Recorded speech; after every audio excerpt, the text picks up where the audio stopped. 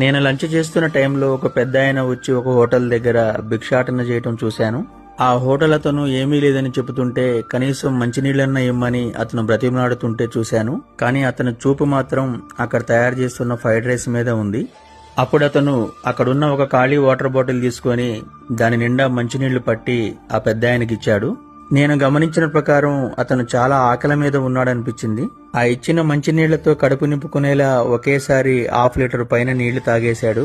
నీళ్లతో సంతృప్తి చెందక ఏమన్నా పెడతారా అని మళ్లీ అతన్ని ఒకసారి ఆశగా అడిగాడు. కానీ అతను నిరాకరించాడు. ఆకలితో వెనుదిరిగి వెళ్లిపోతున్న అతన్ని చూడగానే నా హృదయం చలించిపోయింది. వెంటనే నేను వెళ్లి అతన్ని ఆపి ఆహారం ఇచ్చే ప్రయత్నం చేశాను.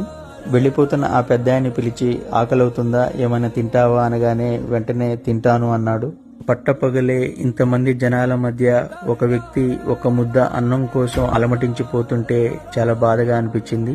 ఈయన వివరాలు తెలుసుకునే ప్రయత్నం చేశాను. అతను చెప్పిన దాని ప్రకారం ఒకప్పుడు మంచిగా బ్రతికిన వ్యక్తి, చాలా ఆత్మాభిమానం ఉన్న వ్యక్తిలా అనిపించాడు. అందుకే అతను లేదన్నా గానీ ఆ మంచినీళ్ళతో సరిపెట్టుకుని వెళ్ళిపోతున్నాడు. ఎవరైనా పెడితే తింటాను, లేకపోతే అలాగే పస్తులుంటానని చెప్పటం చాలా బాధ అనిపించింది.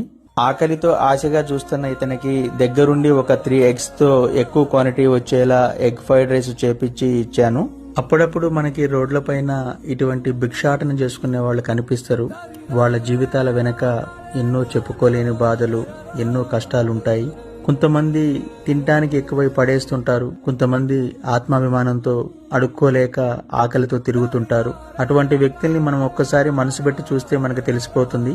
రోడ్లపై ఇలా భిక్షాటన చేసుకుని బ్రతికే వాళ్ళని వాళ్ళ కుటుంబ సభ్యులు గాని, వాళ్ళ బంధువులు గాని ఎవరైనా గుర్తించి వీళ్ళని కాపాడుకోవాలని నేను మనస్ఫూర్తిగా కోరుకుంటున్నాను.